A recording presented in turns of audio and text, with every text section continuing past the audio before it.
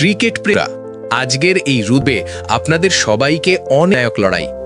এই high voltage ম্যাচের শুরুতেই যখন ভারতীয় দলের অধিনায়ক এবং আমাদের সবার প্রিয় সূর্যকুমার যাদব টসে জিতে প্রথমে ফিল্ডিং করার এবং প্রতিপক্ষকে ব্যাট করতে পাঠানোর সিদ্ধান্ত নিলেন, তখন গ্যালারিতে বসা অনেক ক্রিকেট বিশেষজ্ঞ থেকে শুরু করে সাধারণ ভক্তরা হয়তো একটু ভ্রু কুঁচকেছিলেন এবং সবার মনেই একটা বড়সড় সংশয় তৈরি হয়েছিল যে এই রান তাড়া করার সিদ্ধান্তটা কি শেষ পর্যন্ত ভারতীয় দলের জন্য একটা বুমেরাং হয়ে ফিরে আসবে না তো।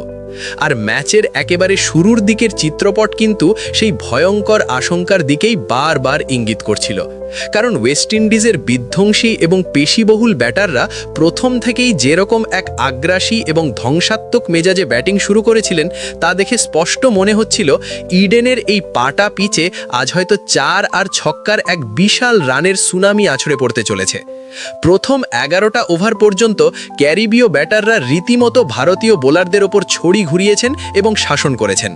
পাওয়ার প্লের সেই চরম গুরুত্বপূর্ণ ওভারগুলোতে শাই হোপ এবং রোস্টন চেস এমন এক আক্রমণাত্মক এবং ভয়ডরহীন রূপ ধারণ করেছিলেন যে ভারতীয় ফিল্ডারদের যেন শুধু বাউন্ডারি লাইন থেকে বল কুড়িয়ে আনার কাজেই সারাক্ষণ ব্যস্ত থাকতে হচ্ছিল।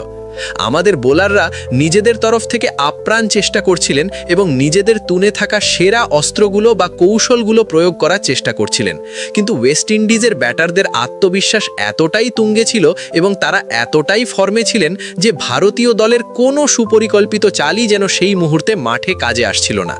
প্রথম 6 ওভারের পাওয়ার প্লে শেষ হওয়ার আগেই স্কোরবোর্ডে খুব দ্রুত গতিতে 45 রান উঠে যায়, আর ভারতীয় শিবিরের জন্য সবচেয়ে বেশি চিন্তার বিষয় ছিল যে সেই সময় পর্যন্ত ক্যারিবীয়দের হাতে তাদের সবকটি উইকেট একদম সুরক্ষিত ছিল। শাই হোপ একদিকে যেমন অত্যন্ত ঠান্ডা মাথায় এবং পরিণত মানসিকতায় পরিস্থিতি সামাল দিচ্ছিলেন এবং সামান্য সুযোগ পেলেই নিখুঁত টাইমিংয়ে ফিল্ডারদের ফাঁক গোলে বল সোজা বাউন্ডারির বাইরে পাঠিয়ে দিয়ে ক্রমাগত স্ট্রাইক রোটেট করছিলেন, অন্যদিকে রোস্টন চেস ছিলেন বোলারদের জন্য আরও অনেক বেশি ভয়ঙ্কর এবং নির্দয়। তিনি যেন ড্রেসিং রুম থেকেই এটা সম্পূর্ণ নিশ্চিত করে এসেছিলেন যে তিনি কোনো ভারতীয় বোলারকেই পিচে থিতু হওয়ার এতটুকুও সুযোগ দেবেন না এবং পেলেই বড় শট খেলবেন। ওভার যত এগোতে থাকলো ক্যারিবীয় দলের রান রেট এবং তাদের আত্মবিশ্বাস দুটোই যেন রকেটের তীব্র গতি বিপক্ষ দলের বোলারদের রাতের ঘুম নিমেষে উড়ে যায় এবং যার ব্যাট চললে বোলারদের শুধু দর্শক হয়ে দাঁড়িয়ে থাকা ছাড়া আর কোনো উপায় থাকে না। হ্যাঁ, আমি শিমরন হেটমায়ারের কথাই বলছি, যিনি ক্রিজে এসেই যেন ম্যাচের গিয়ার এক ধাক্কায় অনেকটা বাড়িয়ে দিলেন এবং মুহূর্তের মধ্যে ম্যাচের টেম্পো পুরোপুরি পাল্টে দিলেন। তিনি মাঠে নেমেই মাত্র 12টা বলের মুখোমুখি হলেন, আর তাতেই বোলারদের কচুকাটা করে দুটো বিশাল আকাশচুম্বী ছক্কা এবং একটি দর্শনীয় 4-এর সাহায্যে 27 রান নিজের দলের স্কোরবোর্ডে যোগ করে দিলেন। অন্য প্রান্তে রোস্টন চেজও কিন্তু এই তাণ্ডব দেখে চুপ করে বসেছিলেন না। তিনিও সমান তালে পাল্লা দিয়ে মাত্র 25 বলে 40 রান করে দলের স্কোরকে একটা পাহাড় প্রমাণ লক্ষ্যের দিকে হু হু করে এগিয়ে নিয়ে যাচ্ছিলেন। 11টা ওভার শেষ হতে না হতেই ওয়েস্ট ইন্ডিজের স্কোর 100 রান পার করে যায় এবং সেই চরম উৎকণ্ঠার মুহূর্তে ভারতীয় বোলারদের চোখে মুখে একটা স্পষ্ট হতাশা এবং বিরাট চাপের ছাপ ফুটে উঠছিল, যা ক্যামেরার লেন্সেও খুব স্পষ্টভাবে ধরা পড়ছিল। গ্যালারিতে বসা হাজার হাজার ভারতীয় সমর্থক তখন রীতিমতো প্রমাদ গুনছেন, কারণ পরিস্থিতি যেদিকে এগোচ্ছিল তাতে খুব সহজেই মনে হচ্ছিল যে আজ ওয়েস্ট ইন্ডিজ হয়তো অত্যন্ত অনায়াসেই 200 বা তার থেকেও বেশি রানের একটা বিশাল পাহাড় দাঁড় করিয়ে দেবে। ঠিক এই রকম এক চরম সংকটের মুহূর্তেই যখন মনে হচ্ছিল ম্যাচটা হয়তো ধীরে ধীরে ভারতের হাতের মুঠো থেকে পুরোপুরি ফসকে যাচ্ছে এবং একটা বিশাল টার্গেটের বোঝা ভারতীয় ব্যাটারদের ঘাড়ে চাপতে চলেছে, ঠিক তখনই বল হাতে তুলে নিলেন আমাদের সবথেকে বড় তুরুপের তাস এবং বিশ্ব ক্রিকেটের অন্যতম সেরা সবথেকে বড় টার্নিং পয়েন্ট বা মোড় ঘোরানো মুহূর্ত, যা ভারতীয় দলকে আবার লড়াইয়ে ফিরিয়ে আনলো। আর এই অনবদ্য উইকেটের সাথে সাথেই জসপ্রীত বুমরা আন্তর্জাতিক টি-20 ক্রিকেটের ইতিহাসে একটা অত্যন্ত অনন্য এবং বিরল রেকর্ড সম্পূর্ণ নিজের নামে করে নিলেন। তিনি এই নিয়ে মোট 6 বার শিমরন হেটমায়ারকে আউট করার এক অসামান্য কৃতিত্ব অর্জন করলেন, যা আধুনিক ক্রিকেটে একজন নির্দিষ্ট বোলার দ্বারা একজন নির্দিষ্ট ব্যাটারকে এতবার আউট করার ক্ষেত্রে সত্যিই একটা বিরল পরিসংখ্যান। বুমরার হেটমায়ারের ওপর এই একচ্ছত্র আধিপত্যই বারবার প্রমাণ করে যে বড় মঞ্চে এবং চাপের মুখে একজন বোলারের অভিজ্ঞতা, স্কিল এবং মানসিক দৃঢ়তা ঠিক কতটা বিশাল অর্থে মায়নে রাখে।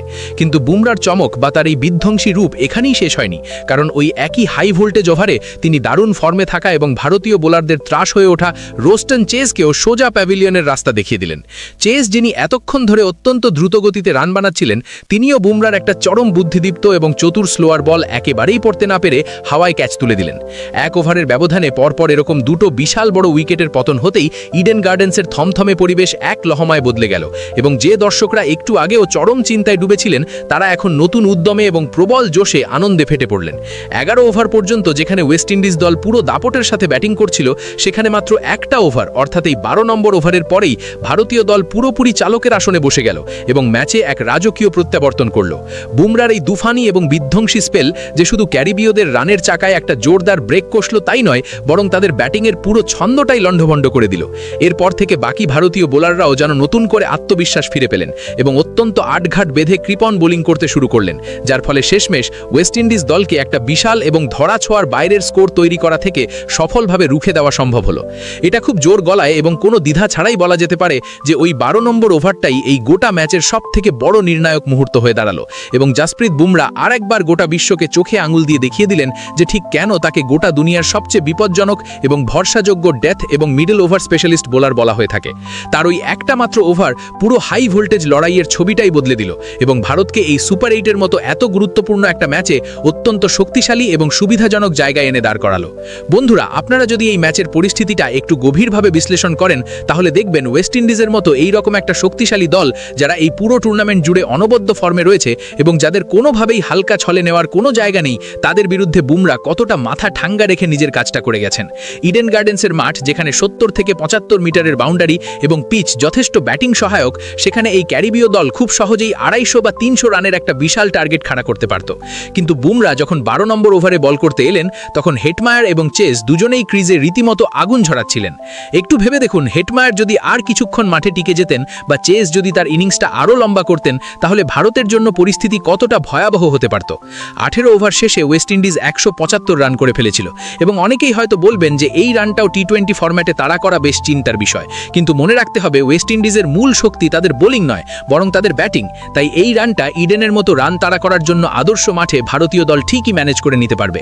এই ম্যাচে বুমরার অবদান কতটা গুরুত্বপূর্ণ সেটা বোঝানোর জন্য অন্য বোলারদের পরিসংখ্যানের দিকে একবার চোখ বোলানো যাক, যেখানে হার্দিক পান্ডিয়া তার 4 ওভারে 40 রান দিয়ে মাত্র একটি উইকেট পান এবং স্পিনার বরুণ চক্রবর্তীও 4 ওভারে 40 রান দিয়ে একটি উইকেট তুলে নেন। কিন্তু সেখানে আমাদের জাসপ্রীত বুমরা মাত্র 3 ওভার বল করে মাত্র 23 রানের বিনিময়ে দুটো অমূল্য এবং ম্যাচের মোড় ঘোরানো উইকেট তুলে নিয়েছিলেন। বন্ধুরা, আপনারা যদি সত্যিই মনে করেন যে জাসপ্রীত বুমরা বর্তমান প্রজন্মের অন্যতম সেরা একজন তুফানি এবং বিশ্বমানের বোলার, তাহলে অবশ্যই আমাদের এই ভিডিওটিতে একটি লাইক করে দেবেন। আপনাদের একটা লাইক আমাদের অনেক বেশি অনুপ্রেরণা যোগায়। আর ভিডিওর শেষে আপনাদের কাছে আমার একটা ছোট্ট কিন্তু খুব ইন্টারেস্টিং প্রশ্ন রইল। আপনাদের মতে মোহাম্মদ শামি, জাসপ্রীত বুমরা এবং পাকিস্তানের শাহিন শাহ আফ্রিদির মধ্যে সেরা ফাস্ট বোলার কে? আপনাদের মূল্যবান মতামত অবশ্যই নিচের কমেন্ট বক্সে লিখে জানাবেন। আমি আপনাদের উত্তরের অপেক্ষায় রইলাম। আজকের মতো আমাদের বিশ্লেষণ এখানেই শেষ করছি। এই রকমই আরও আকর্ষণীয় রুদ্ধশ্বাস এবং এক্সক্লুসিভ ক্রিকেট আপডেট সবার আগে পেতে আমাদের নো টকিং অনলি ক্রিকেট চ্যানেলটিকে এখনই সাবস্ক্রাইব করে পাশে থাকা বেল আইকনে ক্লিক করতে একদম ভুলবেন না, যাতে আমাদের কোনো ভিডিওর নোটিফিকেশন আপনাদের মিস না হয়।